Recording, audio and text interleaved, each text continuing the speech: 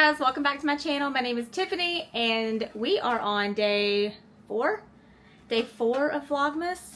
So I think today's gonna be a great day to clean out the fridge. So it is storming outside. It's been raining all morning and it's not really much to do outside today.